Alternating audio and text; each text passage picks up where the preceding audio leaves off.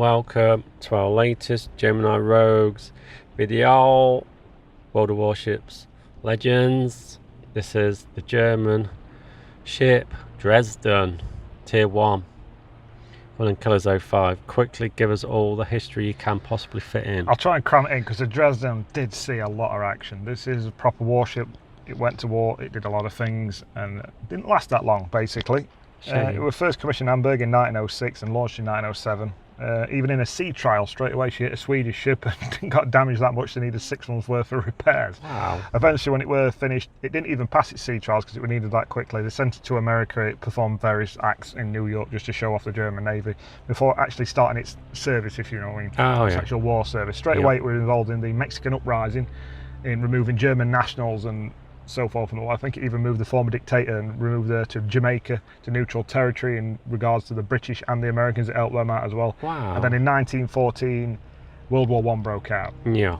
And straight away the captain took it all the way down to South America and started harassing British merchant collier ships and stuff like that, merchant shipping, and it took the crews off 2 ships while they were down there and then sunk them, and then it joined up then with the Maximilian von Spies crew, and it started hunting down more prominent shipping as more of a group. It found out that the HMS Glasgow was harboured in Chile, and it's only got a 24-hour permit to stop there, so it waited for it to come out. Only the Glasgow wasn't alone.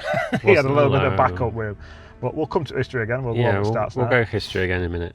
Well, then give us some stats in Colours 05. I mean, survivability is Tier 1. It's technically not great. I mean, the armoured at 6 to 100mm.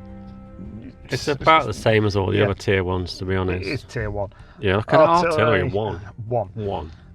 But that is really quick firing. See there, reload. 4 seconds. 10-kilometre range as well. 18 seconds on the turn time. That's not bad. Not bad at all. HE shells again. Only fires HE. Yeah, set on fire, 5% chance. Yeah. The thing is, it puts down a lot of fires. I mean, this is what makes this ship so prominent, is that them guns. I mean, the AA defence, again, just 1 kilometre range. Yeah, just forget the AA. Damage per second is 7. We're not really going to worry about them. No, it's not really going to do you too much. It's not really a fact in Tier 1, to be honest. But maneuverability is pretty good.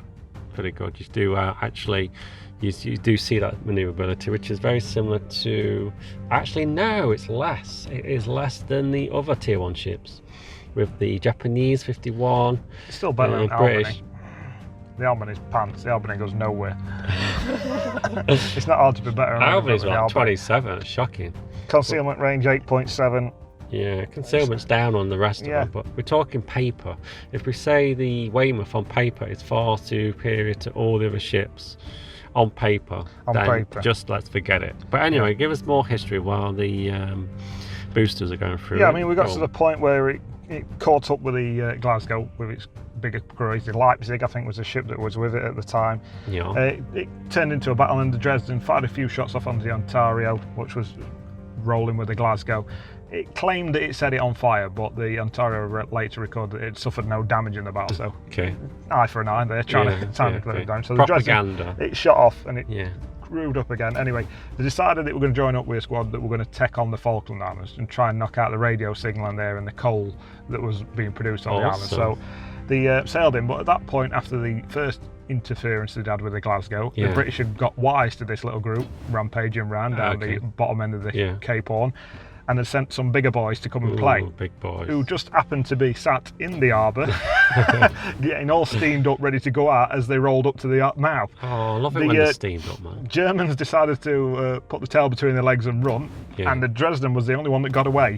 Oh, right. Because of its turbine engine, So its turbine engines allowed it to get away.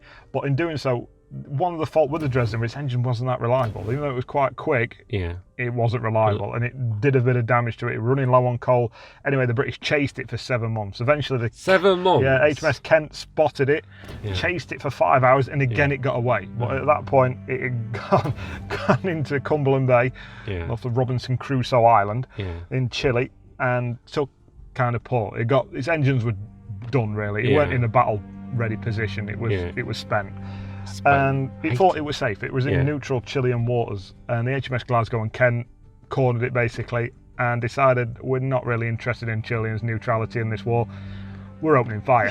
So they open fire on the Dresden. The Dresden's like, what's going off here? What's happening? Fired off 3 shots before its gun was knocked out, and then proceeded to try and contact the British ships as a bit of a, like, what you doing sort of like thing, trying to surrender basically. Ended up putting up the white flag, was the only way it could stop the British firing on it, which they did at that point.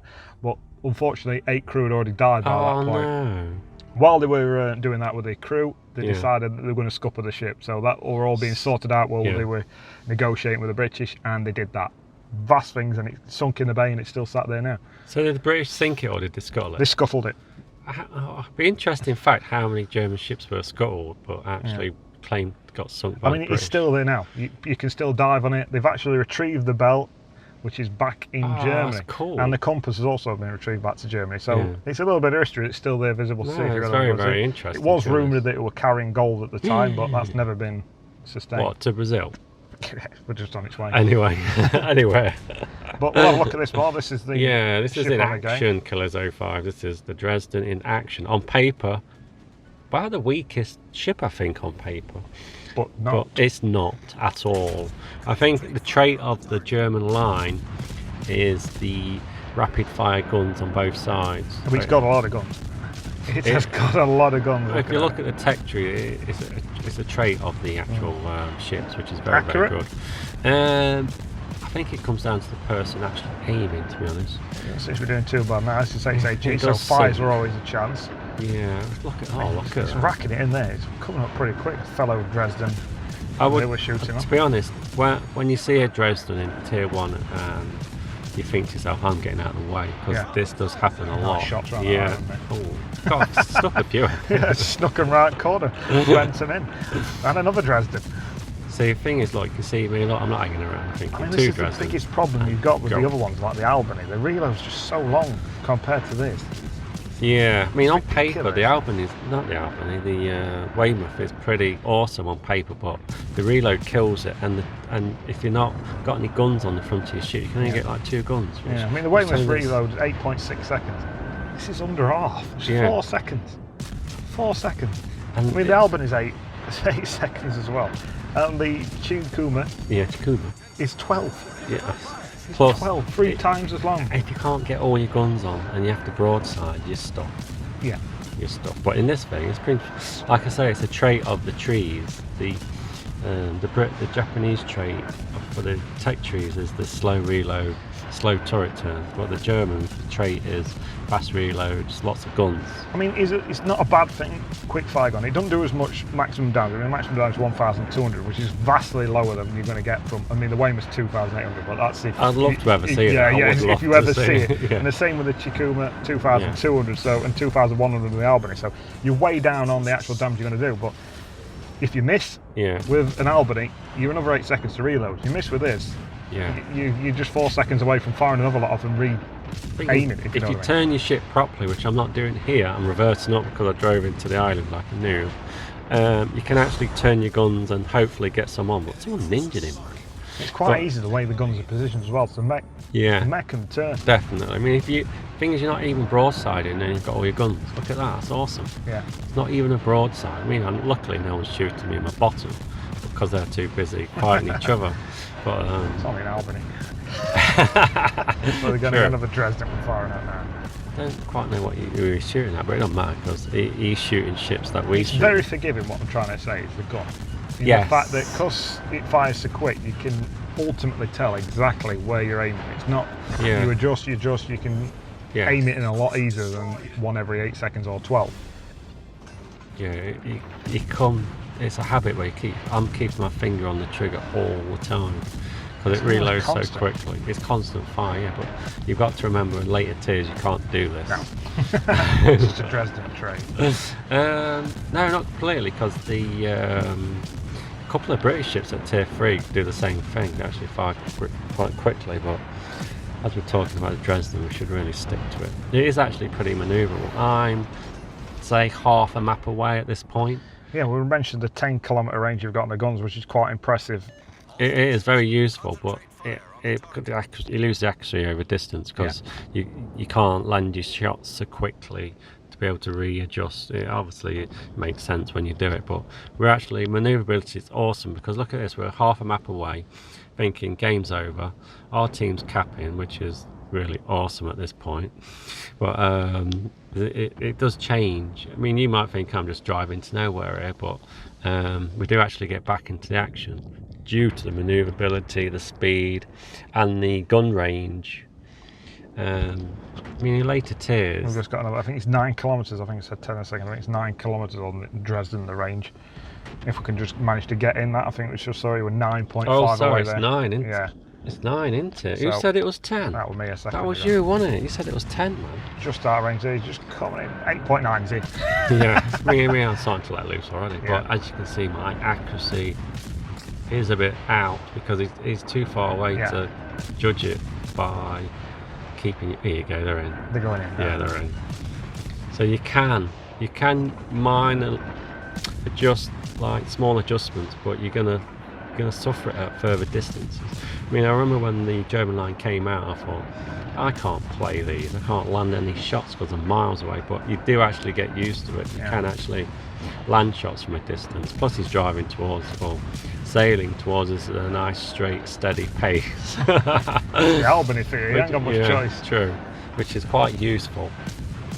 But no, I think later on in later tiers, you need to adjust your way of fighting. See, the thing is that there's not many fires come up. There's like 4 fires. Look at how many rounds are fired. Like it is 4. only a 5% chance. At 4. Well, when you've landed like 500 shots, that 5% goes quite high. Well, look, not far off. Can't quite see from here. I think we're about 150 at the moment. It's 147, I think. Yeah, we've only started 4 fires. Yeah. I think we're actually we're lower. racking up the damage now. We're up to like, I mean, that's quite the closing rate we've done on that ship there. We're right up alongside it now, from being 10 kilometres away. We've done 41,000 in tier 1. That's smashing some shots out there. Yeah, another kill. That's his 4th kill. Ends the game. Oh, it's finished. Could have got some more damage in there, man. Ridiculous number of shots, but remember, we're not doing that much damage. Probably half what you're going to do from other tier 1s, but easier to lay it down. 182 shots. 5 fires, that's 5 kills. Slightly less than 5% chance of fire, which is disappointing. But anyway, Killers05, we're ranting on about this fire rate. But anyway, thank you very much for watching, people, and laters.